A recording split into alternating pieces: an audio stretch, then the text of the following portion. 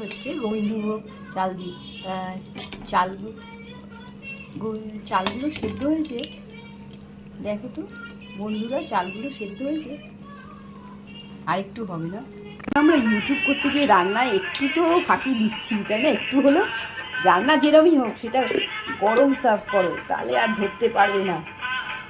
পেট রাখতে তো আমাদের সবার ইচ্ছে করে, বাড়ির সবাই রাজি হয় না, আর নিজেও সাহস পাওয়া যায় না।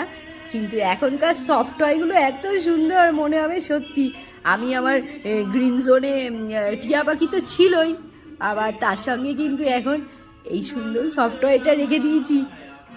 আর বলি হোয়াটসঅ্যাপে সকালে এনেছি গরমকালে শার্ট বা জিনিস, কুর্তি শার্ট ওগুলো একটু কাচার পর মার দিয়ে ইস্ত্রি করে নিলে কিন্তু বেশ অনেক দিন চলে, তাই না? আর একটু গরম লাগে, কিন্তু মার দিলে বেশ অনেক দিন চলে।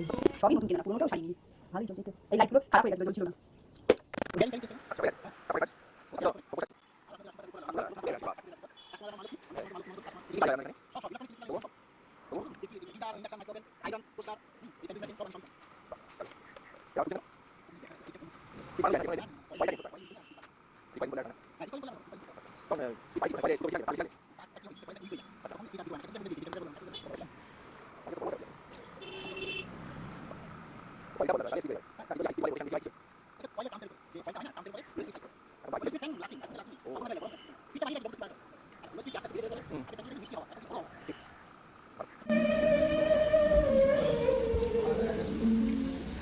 মায়ের মন্দির প্রদক্ষিণ, এবার না পয়লা বৈশাখে আসা হয়নি, আজ সেজে বৌদির সাথে আসলাম।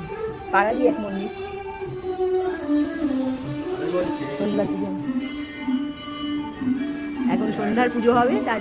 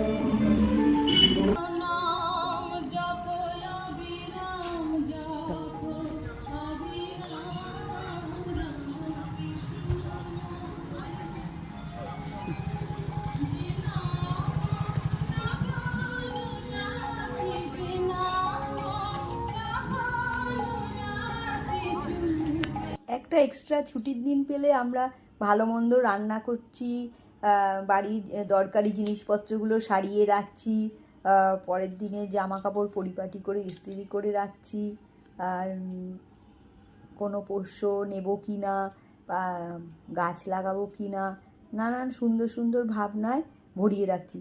কিন্তু এখনও পৃথিবীতে যুদ্ধ হয়, এখনও যুদ্ধের কবলে পড়ে কত দেশ, তাদের পরিস্থিতিটা কেমন? এই রাত আজ বিতশোক স্বরাজ মিত্রে। পাহাড়ের মাথায় এক বৃদ্ধ কুঁড়ে ঘরের সামনে দাঁড়িয়ে আছে, একটি ন্যাগ্রোধ বৃক্ষ, সেই বৃক্ষে জড়ানো ঝুড়িতে বাঁধা শানিত খঞ্জর, বিচিত্র সব আয়ুধ। পূর্ণিমার অবাধ জ্যোৎস্না ছড়িয়ে পড়েছে সবখানে, আলোকিত উপত্যকা ছুঁয়ে উড়ে চলেছে কয়েকটি মৌন সারস। নিঃশব্দ প্রহরে পাথুরে পথ ধরে হেঁটে যাচ্ছে ক্লান্ত যোদ্ধারা, তাদের শরীরে ক্ষতের চিহ্নগুলো স্পষ্ট এখনো।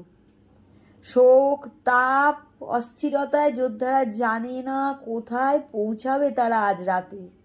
স্বচ্ছ উপত্যকা ধরে এগিয়ে যাওয়া ছাড়া আর কোনো অনিবার্যতা নেই, শুধু কুঁড়ে ঘর আর ওই ন্যাগোধ বৃক্ষ জানে। এই দীর্ঘ যুদ্ধ শেষে এই রাত আজ বিতশোক। সব শোক বিতশোক হোক।